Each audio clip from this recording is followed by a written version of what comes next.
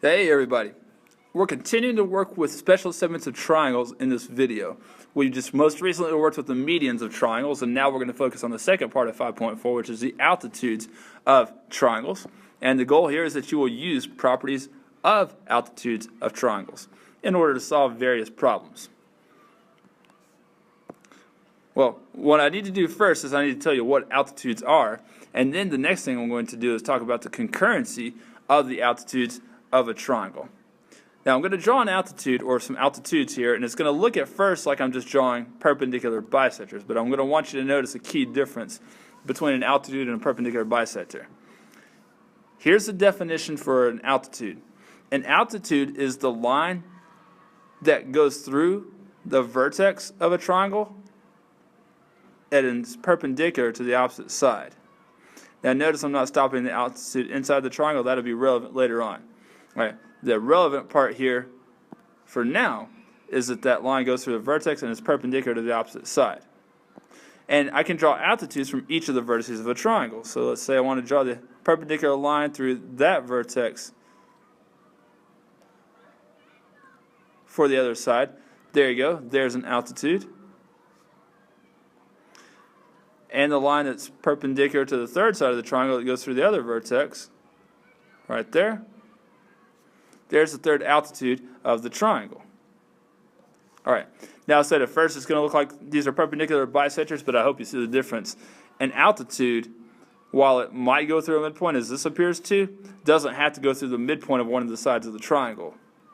Okay, you can clearly see that these two altitudes right here and right here do not go through the midpoints of any sides of the triangle. And another difference between altitudes and perpendicular bisectors is that a perpendicular bisector doesn't have to go through a vertex. Sometimes it does.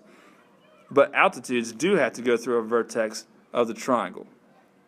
Okay, now that I've drawn the altitudes and explained what they are, you can also see that they are indeed concurrent because they do intersect each other at one point. And let's just name that point P like I typically do. And that point has a special name, just like circumcenter, incenter, and centroid from our previous lessons. The point of concurrency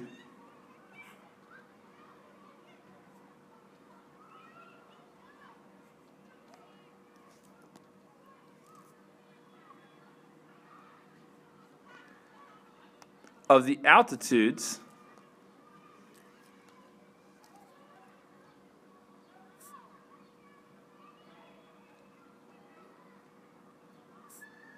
of a triangle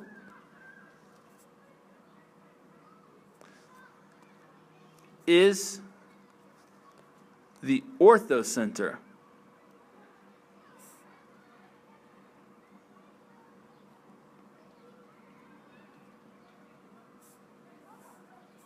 of the triangle. All right, so orthocenter is where the altitudes intersect. At this point, you should know perpendicular bisectors intersect at the circumcenter. You should know angle bisectors intersect at the incenter. You should know medians intersect at the centroid. And now you know that altitudes intersect at the orthocenter of the triangle. Unlike those other three types of points of concurrency that we've learned about, though, turns out there's not anything special about the orthocenter other than that's where the altitudes intersect one another. It's not equidistant from anything. It's not 2/3 the length of anything. There's just no special distance properties associated with the orthocenter.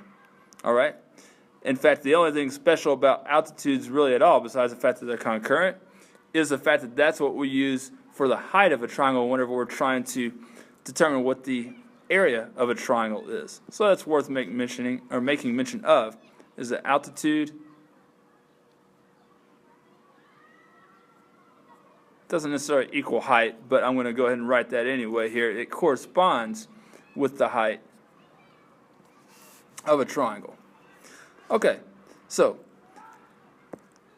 where is the orthocenter? I've already said the orthocenter is where the altitudes of a triangle intersect one another, but like perpendicular bisectors, the orthocenter, or like the circumcenter I should say, the orthocenter doesn't have to be inside of a triangle. It depends on what type of triangle you have, as whether it's acute, obtuse, or right. That will determine whether the orthocenter is inside the triangle or in another location. So what I'm going to do is I'm going to go ahead and draw the altitudes for each of these triangles. Let me take care of the acute triangle. I just did one of those in the previous example, actually. And so you've already seen that the orthocenter of an acute triangle is inside of the triangle, which is where you would expect the center of a triangle to be. It's just not always the case. Let's look at this obtuse triangle. All right. Whenever you draw the altitude to one side of a triangle, sometimes you have to do a little bit of extra work to be able to make that altitude. Now, there's two of those that we're going to have to do in this particular instance. I'm first going to draw the altitude that goes from this bottom vertex to the top of the triangle right there. And I'm actually going to draw it so that it extends below. You'll see in a little while I do this. But let's draw a perpendicular line through the vertex like so. Okay, there's one of the altitudes of the triangle. All right, now this is going to expand on your definition of an altitude right now. It would be impossible for me to try to draw a line from this vertex that is perpendicular to this side of the triangle and have that line be inside of the triangle, because any line I draw in this direction is not going to be perpendicular to that side of the triangle, is it? So I'm going to amend the definition of an altitude to this. An altitude is a perpendicular line drawn from a vertex to the line containing its opposite side. Sometimes to draw an altitude, you have to extend the opposite side of a triangle from a vertex and then draw the altitude. See how that works? All right, I'm going to need to extend this line as well, it turns out. All right. And then that would be the same for the other part of this obtuse angle if I extend its side.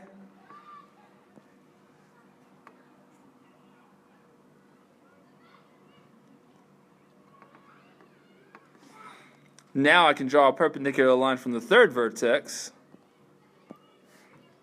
to the line containing its opposite side. All right, so from this vertex to the line containing this side of the triangle. That'll go like this.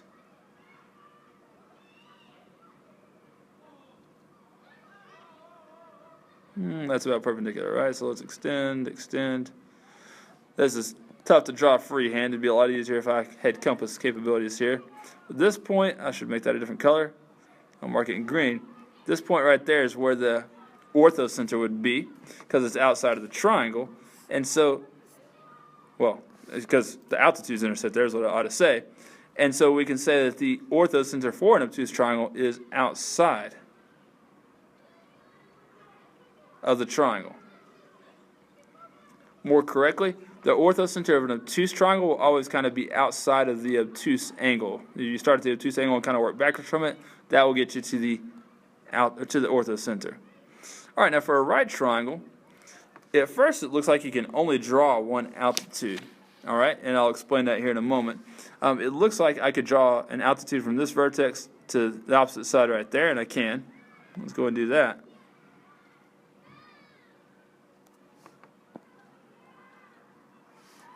But what if I wanted to draw the altitude from, say, this vertex here to the opposite side right here? Well, I'd have to draw a perpendicular line from this vertex to that side, wouldn't I? Well, it turns out that line is already drawn. Isn't this the perpendicular line from this vertex to this side? Similarly, if I'm trying to draw the altitude from this vertex to this side, well, that turns out to be this segment right there. The legs of a right triangle happen to be two of the three altitudes of the triangle. Well, that said, where do the three altitudes intersect? They're intersecting right here at the vertex of the right angle. Now, that's a point on the triangle. Whenever you have a right triangle, the orthocenter is always on the triangle. And most specifically, it's the vertex of the right angle.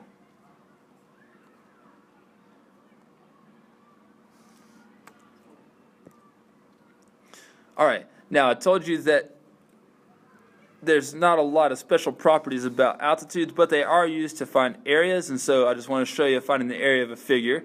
And I want to kind of piggyback on a point that I made just on the previous slide, so I've left out some information on this picture.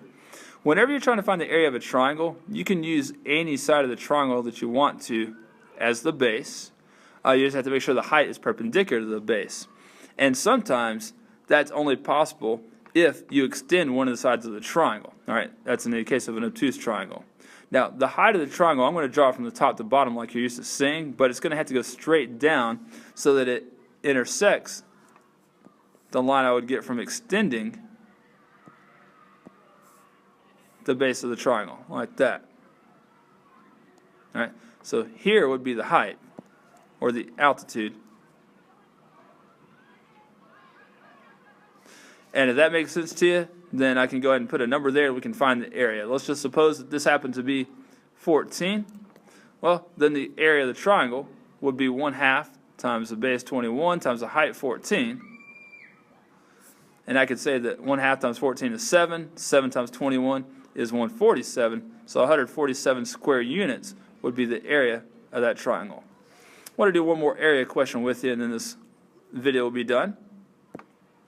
And I have a whole other point to make with this. I've given you what's called a kite geometrically, and we're going to try to find its area. And I've told you how far it is from here to here, and from there to there. I've told you the distance between the opposite vertices, basically. Okay, now I'm going to draw in those distances that I've made. This is the vertical distance, that would be 42. This is the horizontal distance, that would be 30. And what I want us to do is I want us to find the area of this kite by finding the area of pairs of triangles. And let's find the area of this pair of triangles right here. This one and this one right there. Okay, now how are we going to find that area? Well, we've got to determine which side of each triangle we want to be its base, and it doesn't have to be the bottom. It wouldn't make any sense to pick the bottom side of this triangle or the bottom of the side of that triangle to be the base, would it? What would make sense for us is to use the side that they share as a base, because we're going to make that the base. And we'd like that to be the base because it turns out we know the height going towards that base, because we know that this is a perpendicular line drawn from here to there. Okay, now you might imagine that the kite has symmetry, and you're absolutely right. So that 30 is spread equally between this segment and this segment. That would be the height then of this triangle. And the base would be this entire line right there. So it would be 30, or 42, excuse me. So I got two triangles that happen to be congruent to one another. So I can say that the area of the kite equals twice the area of one of those triangles. And so then the area of one of those triangles will be 1/2 times the base 42 times the height 15. Okay, then 2 times 1/2 is 1, so those cancel. And you got 42 times 15, which is equal to 630, and we'll write our answer in square units. All right, so now you know about heights of triangles and that they intersect at the orthocenter, and you also know that the altitudes of triangles correspond with the height of a triangle, and so you can use them for things like finding the area of a triangle. Thanks for watching, guys. Later.